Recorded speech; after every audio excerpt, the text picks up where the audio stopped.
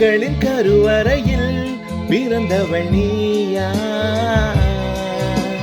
பூவுக்கொரு பூஜை செய்ய பிறந்தவன் நான் இல்லையா? இதயத்தின் தாமரையில் இருப்பவன் நீயா?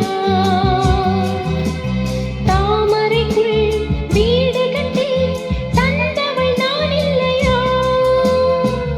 ஓடோடி வந்ததால் உள்மூச்சு வாங்குதே.